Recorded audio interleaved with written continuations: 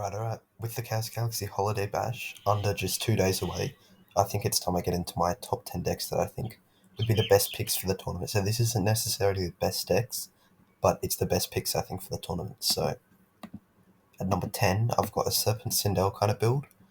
Um, Number 10 spot was really hard for me to pick. Like there's so many decks that could go here, like Rogue and Midrange, Bugs. Like none of them feel great, and I think it's definitely a step below number 10 and everything else. But I think this is a solid list. I've been thinking about it for a while.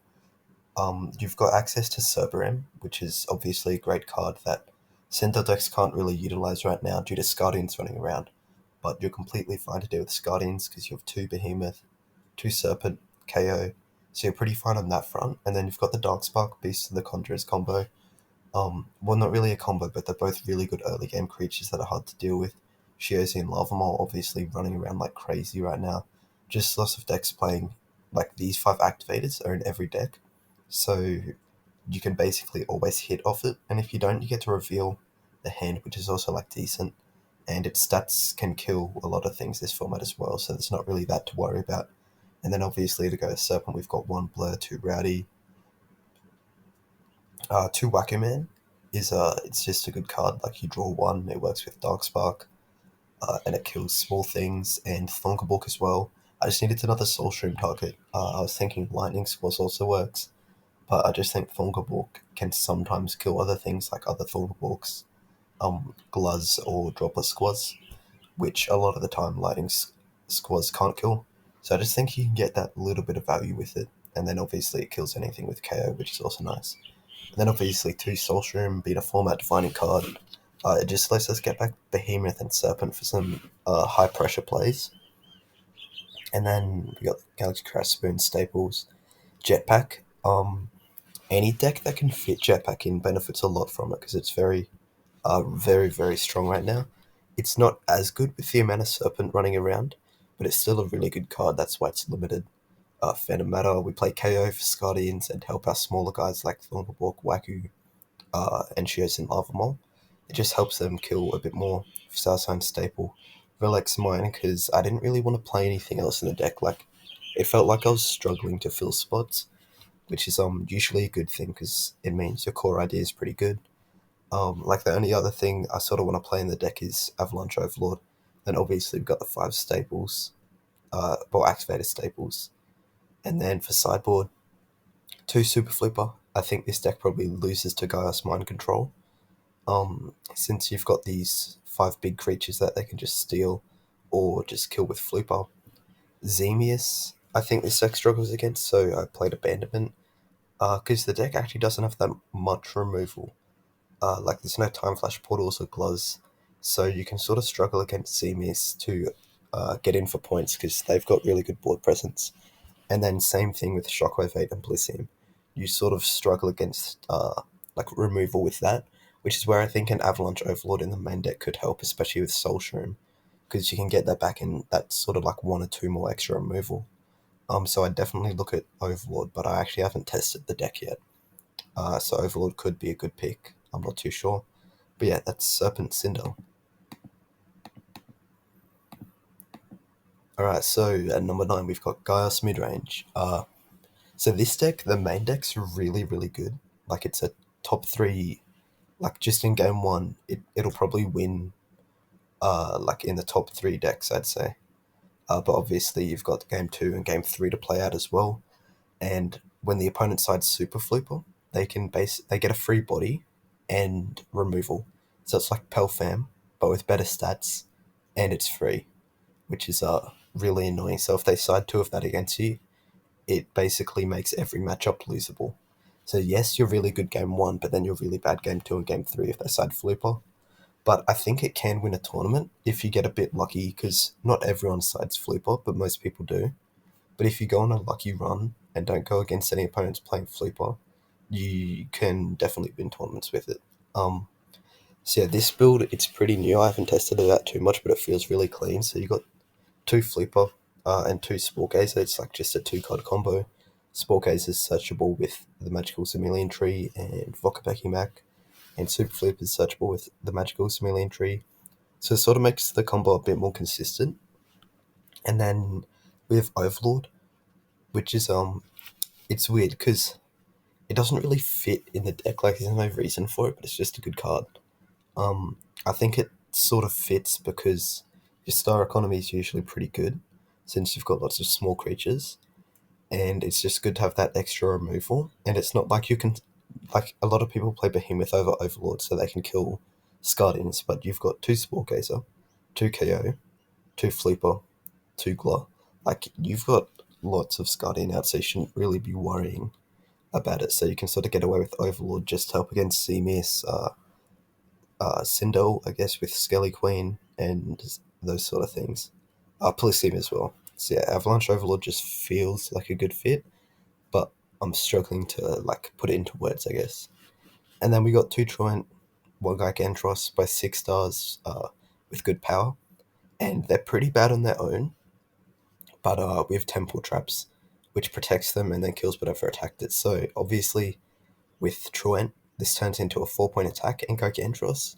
It's a weird concept to some people. Like people have gotten used to Truant being used because they see it has an ability, so they think, oh yeah, that sort of justifies it. But it's just a vanilla, like the ability you never use. And then this obviously another vanilla, uh, but 300 health. It's in that range where you don't really want to use removal on it. You still want to attack it, but it requires a bigger creature to attack it. So that way you can kill bigger things with temple traps. Because a lot of the time you use temple traps on like north, maybe you kill a Wakuman and it's not as valuable. But with Gargantros, you can end up killing one of the bigger creatures with it and get lots and lots of value from it, which forces them into awkward situations where they use removal where they don't want to. So yeah, that's pretty good. And then north, obviously, we're using Gaios and lots of search effects, so we're going to be able to get our north back, and then we got Vokapeki Mac. Basically, it works with temple traps pretty good. Like these 2 pointers, North and Vok, although they're small, they're still good with temple traps. Like you use temple traps just to chip in for like 2 to 4 points. So yeah, Vokapeki Mac searches Spore Gazer to search that half of the combo, and that's similar with Thunderbolk and Gla. Obviously, Thunderbolk's just great on its own, but it also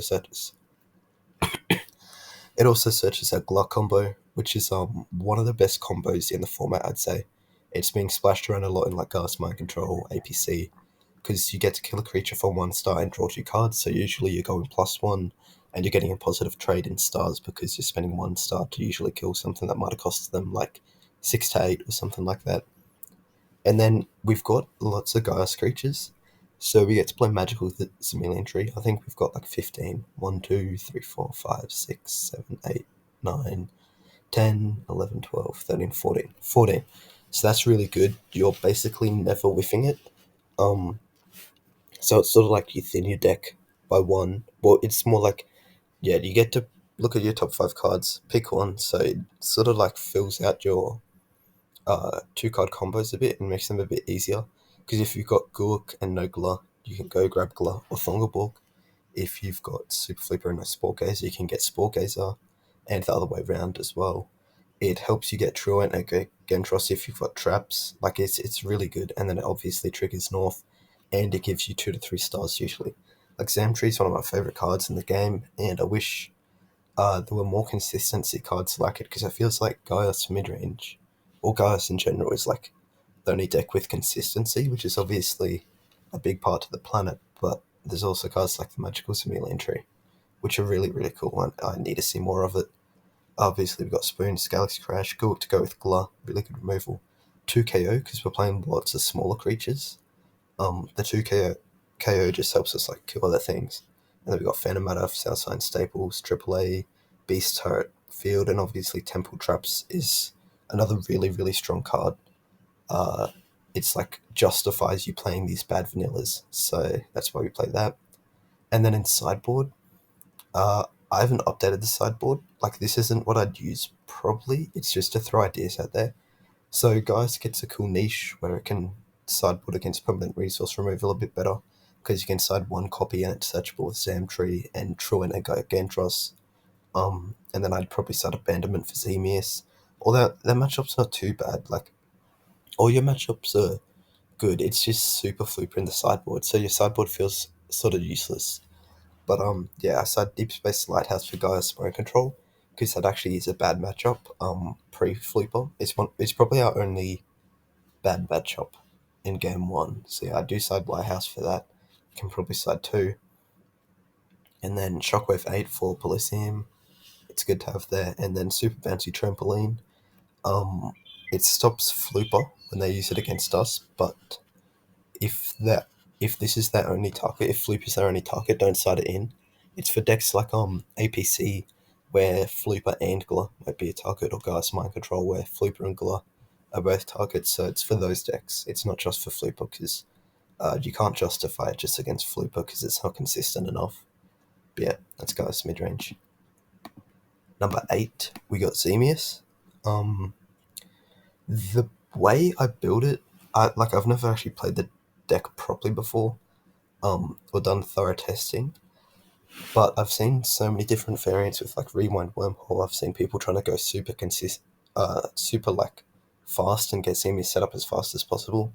I don't like doing that. I like playing it as a board presence deck where you play good cards that are good for board, um, and then Xemius gets set up over time and probably becomes active in the mid game.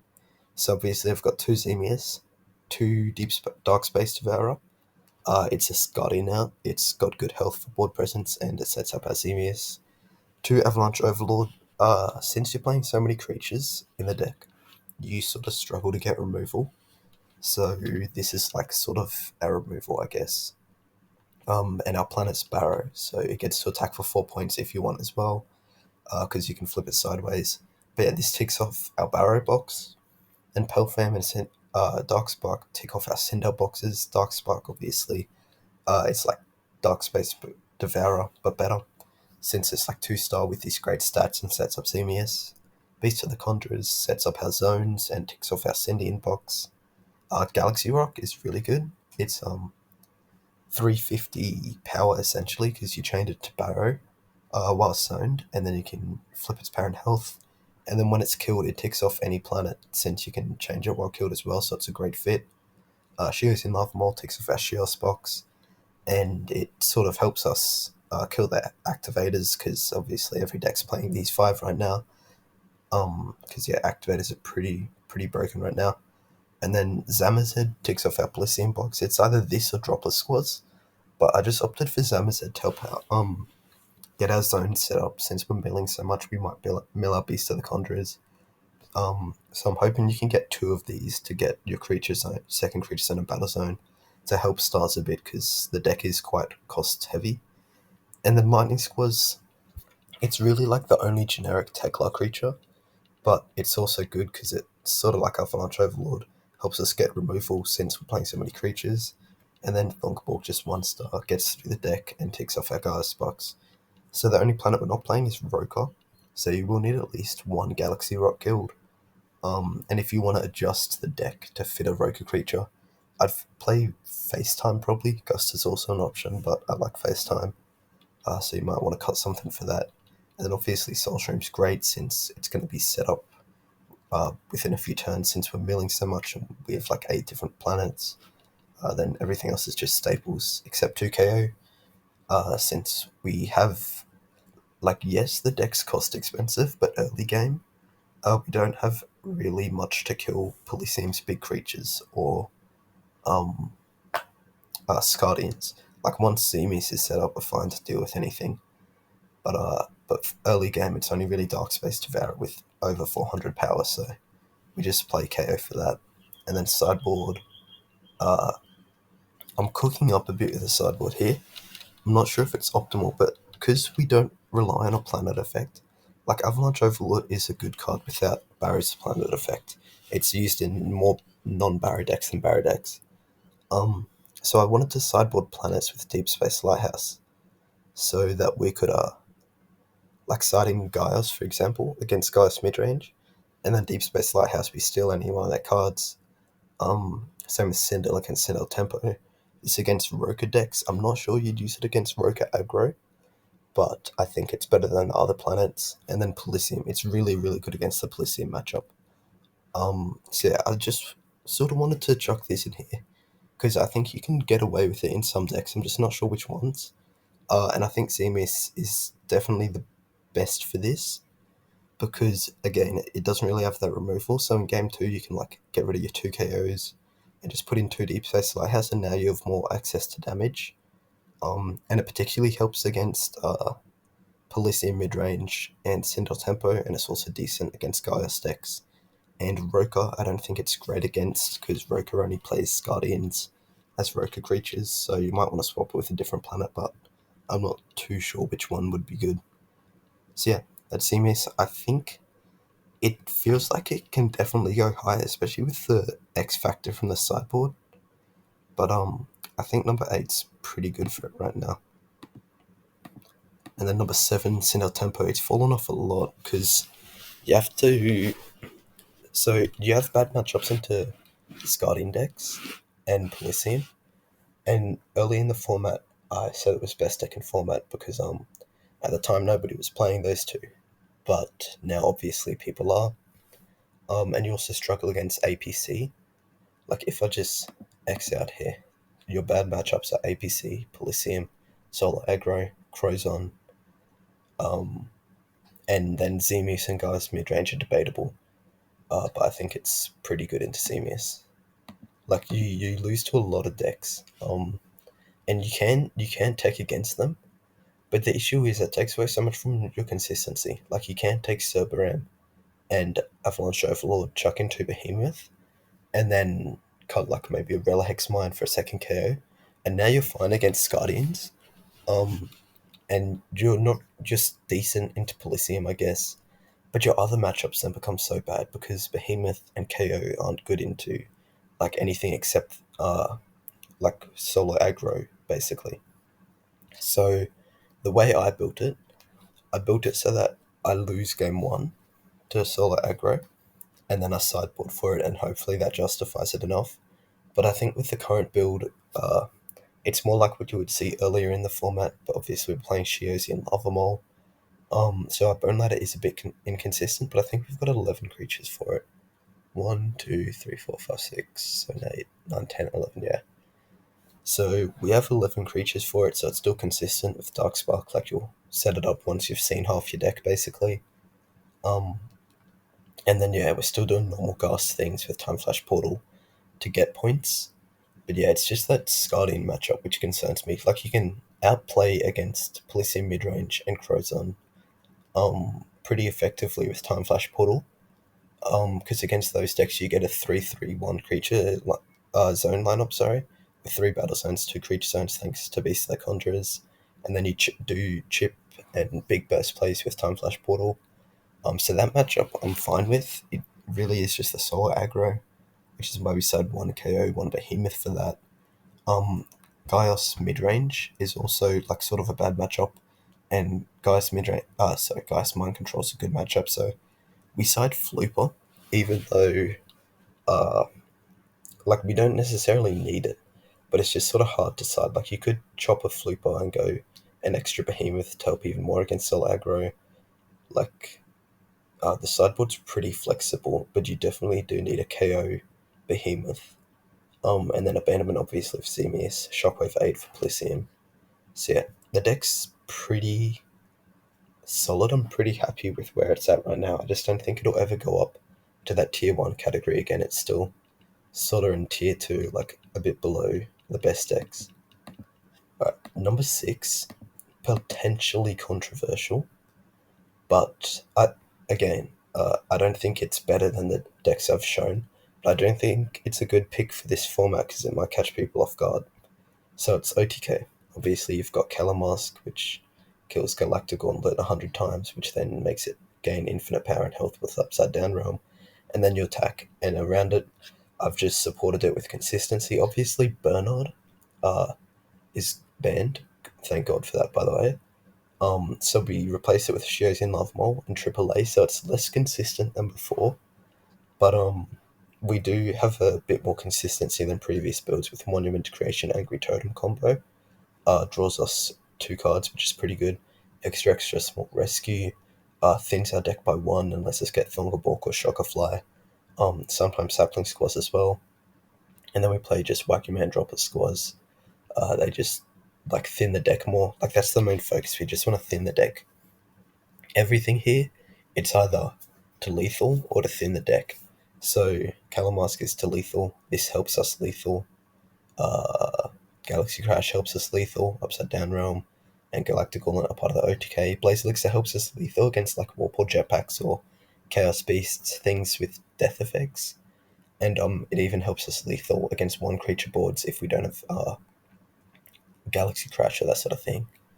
AAA helps us lethal, and then these four just help us stall, and Modern into Creation helps us draw more cards. So yeah, that's basically it. Like the sideboard as well. You never really use the sideboard, so I've got two Time Flash pulled just in case they've got some creatures with death effects that stop our OTK, like Shock of Life, for example. Just something like that. I don't think you ever side it in, but you might want to help about again. I don't think you ever side it in, but you might want to just in case you want another Blaze Elixir or Galactic Gauntlet. Um, Star Path, maybe you feel in a certain matchup you've got lots of stars and you just want to get to your OTK quicker. Warpole Territory, you actually do want to side in sometimes. Like if they don't have Serpent, you can sort of use this to just stall for like 100 turns, and then uh, your Calamas kills it, which is pretty good. Because obviously you get your Calamas to 2,000 power and health, but you still want to attack with it, and then you just kill Warpole Territory, so it's all good. And then Blaze Elixir, maybe they've got Kaleidoscope Warriors, but you still need Blaze, so you just play the second copy. But yeah, that's the deck. I think it could make a good run this tournament. The only reason why it isn't higher is because it's bad into APC because they have Warriors. It's bad into Policing Midrange because they've got quick threats. Bad into Crozen as well because of quick threats. So I don't think you'll win a tournament with it, but if you're looking to get like a top 4, you might be able to play Kalamask OTK. Alright, number 5, the Ghost deck people call it. But we got Crozen Midrange, so there's lots of deck building choices you can do differently. These I would keep. You need Cranchon Polyseum and Cranchon for Guardians, and because Cranchon Polyseum is just a good card. Serpent, surprisingly, it's actually in question a bit because you want to use Crozen's effect, which lets you draw one card when two of your Polyseum creatures die in the same turn. And obviously, Serpent doesn't do that; it just kills one. But it's just such a good card, so you may as well play it, I think. And the Mantless Escabos, just Mystical Beast of the Deep. You could cut Mystical Beast of the Deep for an extra copy of these. That's what I originally played. But this lets you get a big creature back to hand, which obviously gives us more gas for Crozen. And then we've got Palfam again in question, because it doesn't help your Crozen game plan. Like I had a build of this where I cut Palfam, Southside, and all the activators, and I just went ham on Crozon. And it was good. Like I'd get it 2 Crozon set up like by turn 5, and then I'd be drawing like a million cards. But I would have all these cards, but none of them would actually get points. They would just get me more cards. So it was like this infinite loop, and then I'd just deck out and lose basically, because there was no way to get in for damage. But I think you might have to play Pelfam to get in for damage. But it's definitely in question. It's not just an automatic staple. And then Blur, Rowdy, obviously for Serpent. Rowdy in this you use a lot with Polyseum's effect, because you can get it back with Hammerhead, Sharkling, which obviously just keeps your gas going. Hammerhead's good for setup, works with Polyseum, and Droplet Squaws is good on its own and good for Polyseum. And then we got Helper Belt, because Crozon, like, this deck's bad without Crozon, so you just want to get it out as soon as possible, basically. You've got one tomb, it can get a big creature, a small creature, whatever you need in the situation. And it lets you use Rowdy without Serpent, because you can get it back later with Tomb. And then Jetpack, again, if you're just playing lots of creatures with the same stars, you can get away with Jetpack because it's such a good card. And then we just play the Activators and for Southside, again, you don't have to. Like, you could go all out and play, like, an extra Blur, extra 2 copies of this, an extra Tomb, an extra Helper Belt, and make a really streamlined and consistent version. I'm not sure which one's better, but this is just what I have right now. So, yeah. And then obviously Crown, same as Jetpack. If you can play it, do, because it's just really, really strong. But yeah, I think the deck's pretty good, because once you do have 2 Crows on setup, it basically, like, you basically auto win the game. And if you've got 1 Crows on setup, the deck's good as well. But if you have none set up, it's pretty bad, and that's the concern, is that it's inconsistent. So yeah, for sideboard, um, again, it's one of those decks where you don't really want to sideboard anything in because you don't really want to take anything out because it just messes with all your ratios. So I just did the default removal. Um, like these sideboard cards sort of help define the format a bit. Like they're just really strong removal that are only good against specific decks. So I just chucked them in. And then number 4, solo aggro. Some people say it's best deck in format, but I think that's just because people took a bit of time to adapt to Scardians. Um, because this deck, it's really good when it gets going, but its board presence is pretty bad, to be honest. So the game plan basically, you get Moon killed, uh, and then Solomancer, get Moon, now it's got 450 power and attach Blaze, and you're swinging for 10 points. And you've got removal like Time Flash Ball to help this get through.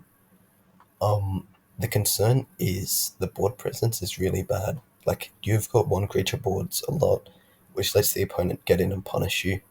Um, but the early game board presence can be helped sometimes by Scardian. So basically, you play Sun, and then at the end of the turn, it swaps for Moon, which can't be killed by resources. So, and then Sun can't be killed by activators as well, but this is less relevant.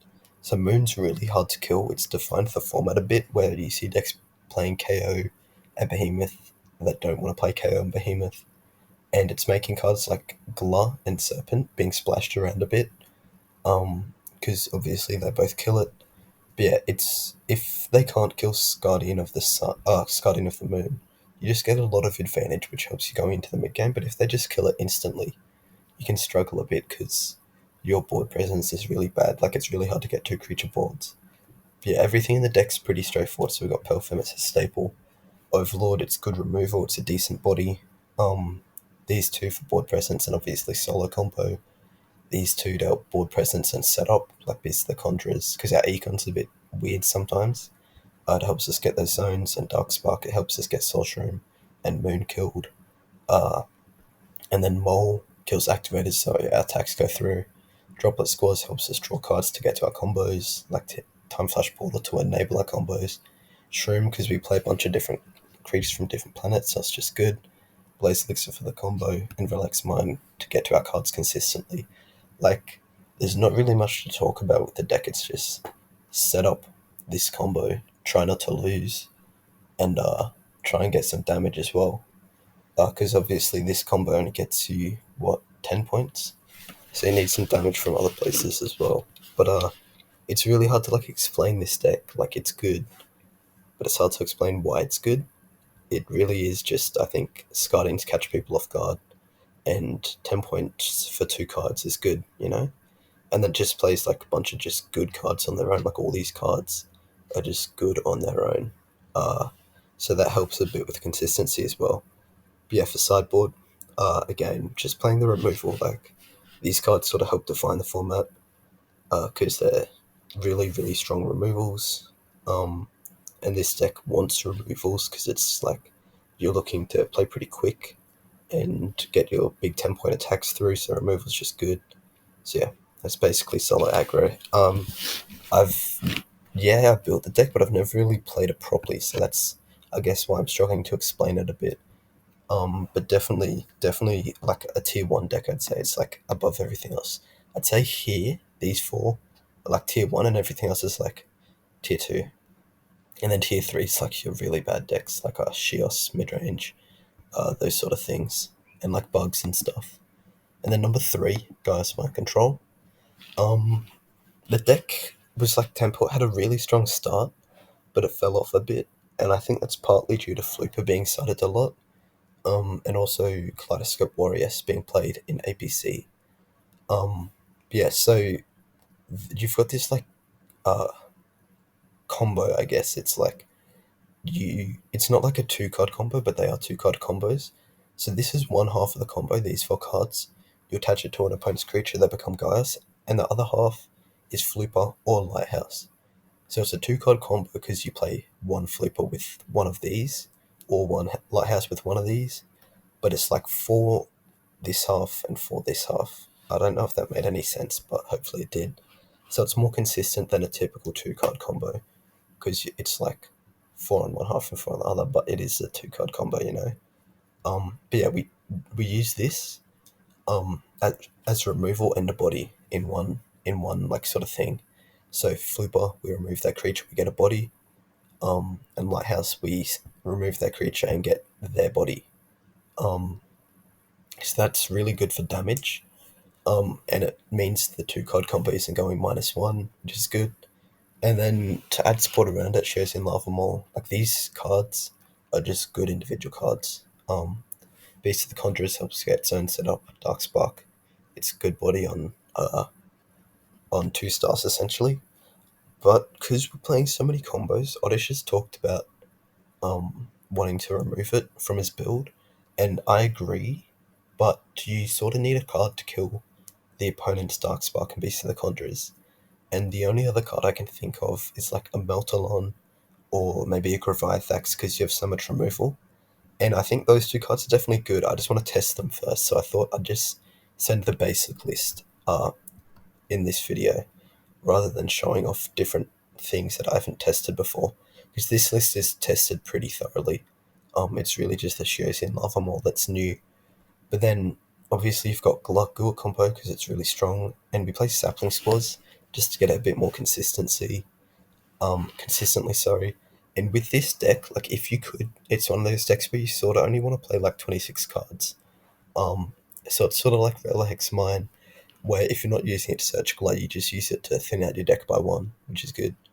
And then obviously these cards have gone over Tomb because we're playing Darkspark. Sometimes you might have a Guak in hand but no Gluck because you killed it, so it sort of helps with that. And the deck's a bit thin on creatures as well, so you can sort of just pick one for the right moment, I guess. And then yeah, everything else staples like PM's good, Southside's good, Relic's mine because we don't want to play 30 foot cards, and these because they're broken. Um, and then sideboard. So the deck struggles a bit with killing Guardians early because we can only kill them with 2 card combos. So that's why Shios in Lava Behemoth is good.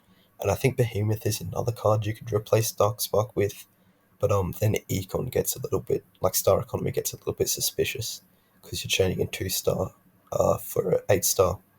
Overlord, similar reasons, it's like a Darkspark replacement sort of. And it's just good for Semius, Polyseum, because it's like removal and a body in one, which is what your 2 card combos are doing, like your Gluck and Guak, removal and a body, Super Flipper, Deep Space Lighthouse, removal and a body. But this just does it in 1 card, but it costs stars. So yeah, Abandonment, it's good for Semius and like APC, those sort of things. Lots of like rainbow decks right now, because planet focused strategies aren't very good, unfortunately.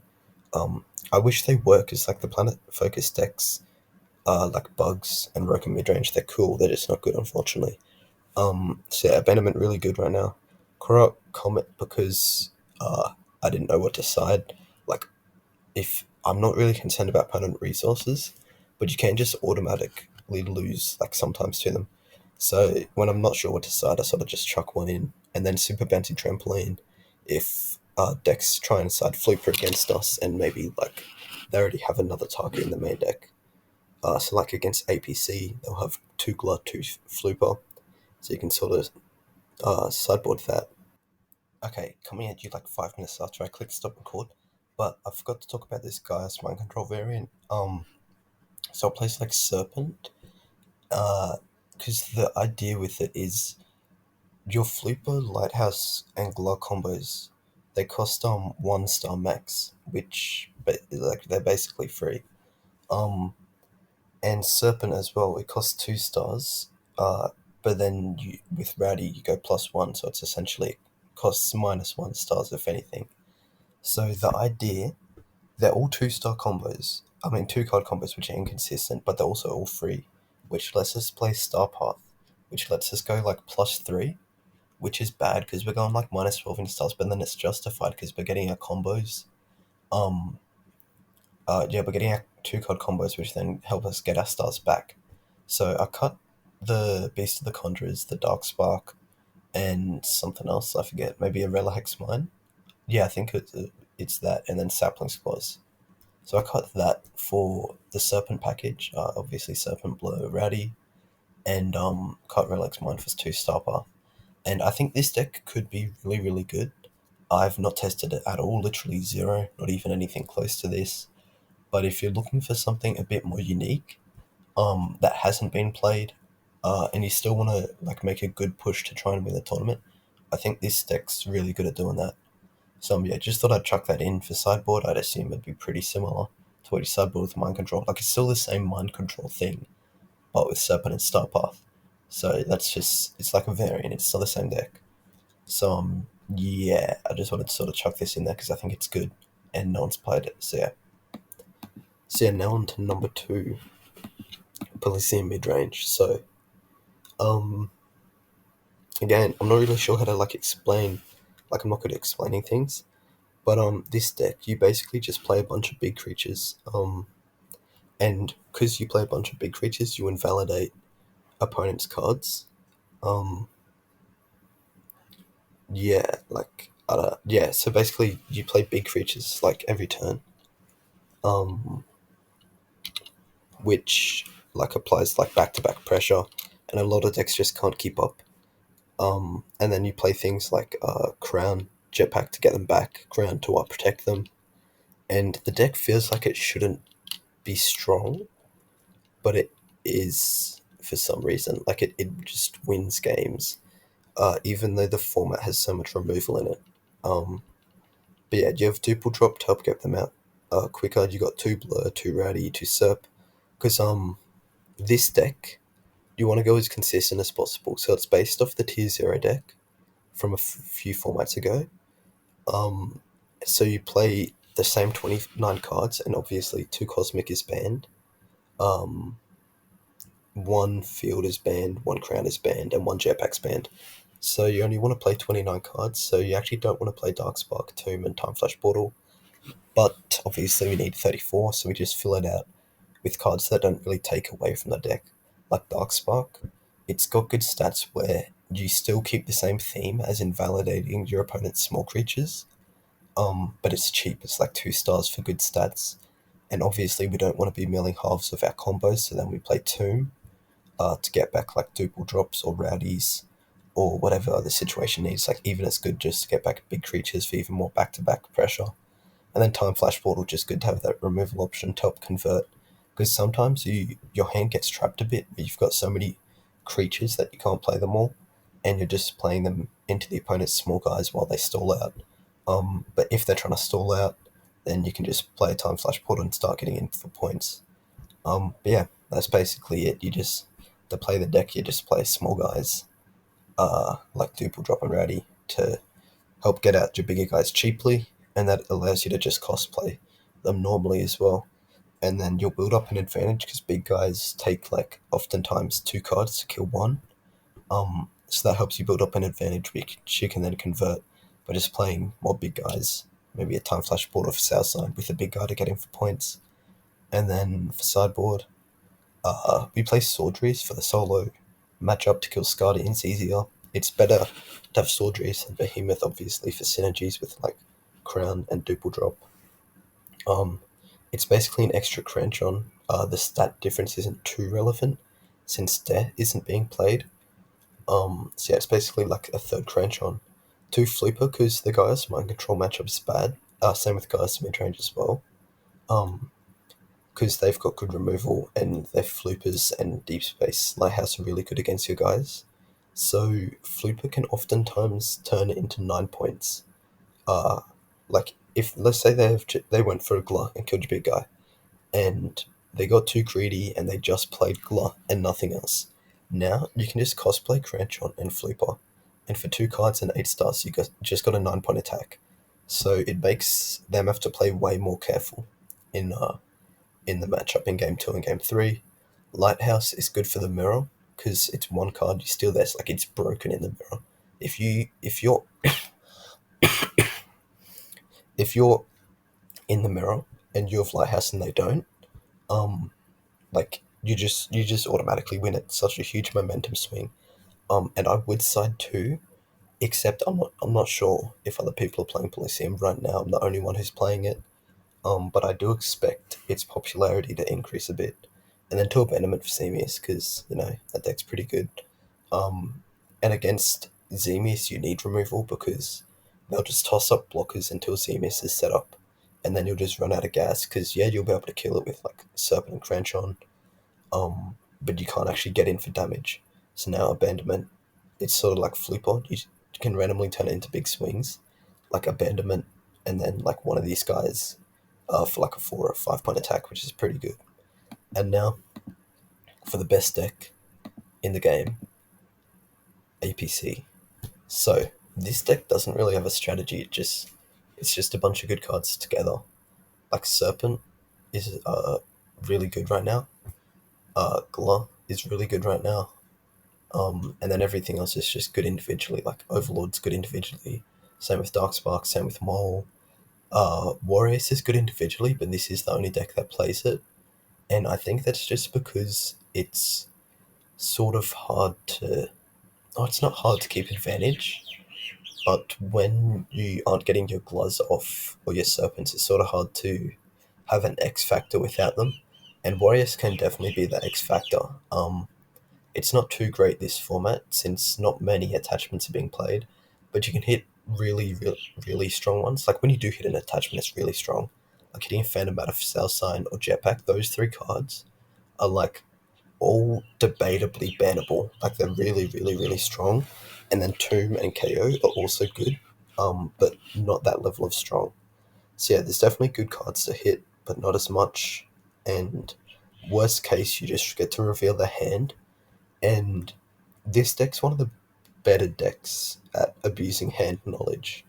Um, since you can play super passive and just build up an advantage with your moles, warriors, wackoos, those sort of things, and just play super passive, but you can also play super aggressive. Using Serpent and Overlord to get in. Like most of the time, you use Serpent to kill their big creatures by attacking it. But if you use Warriors and Mole and figure out the hand and figure out maybe okay they don't have activators, then you can use Serpent to get in for points instead, which you don't usually do. And then because we play Darkspark, we play Tomb to like if we mill Rowdy and Blur and with Serpent in hand, obviously that's bad. So we play Tomb to act as an extra copy of those. Same thing with Shroom, but Shroom also we usually just use to get back Serpent or Overlord, just depending on the scenario. And then on Tomb as well, if we get good mills and we aren't milling the halves to our combos like the Gluz, Rowdy, Blur, we just use it to get back a good creature like Mole, Warriors, those sort of things. Like if you see the hand with Warriors and see you have an activator, you can use Tomb to get Mole. If you see they have another attachment, you can use Tomb to get another Warriors. If you see they don't have activators, you can get like Serpent or Overlord. It's just very, very versatile.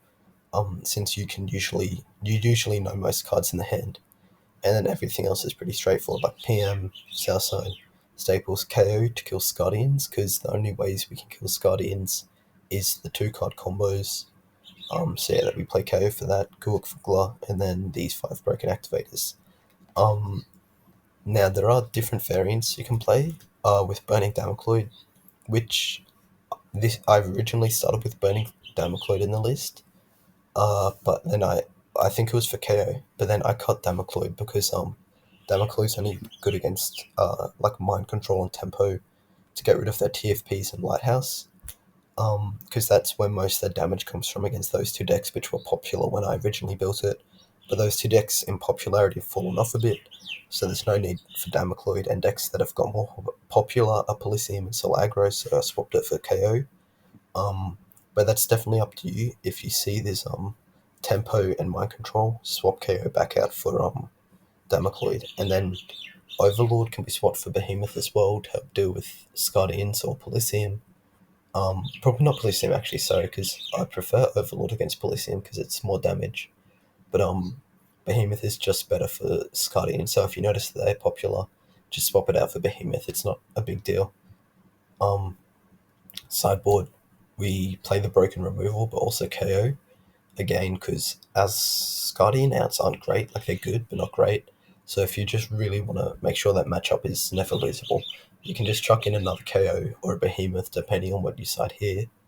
But yeah, against Gaius decks, you decide Flooper Abandonment is for like Xemius and Shockwave 8 for Polysium.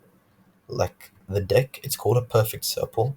Sorry, a perfect circle, hence APC, because it's just really I can't speak. Really well rounded. Like you've got big creatures, small creatures, hand control. You can get things back. You can kill things. Like it just does everything really, really well. So then you just get to side these broken cards for to make your solid base where you can do everything right, and then you can really just use broken cards in some areas. So yeah, that's my top 10 decks. I suppose I'll do honorable mentions because other people do that. Let's see, we'll go Burrow Bugs. They're like tier 3, but they need a few more things.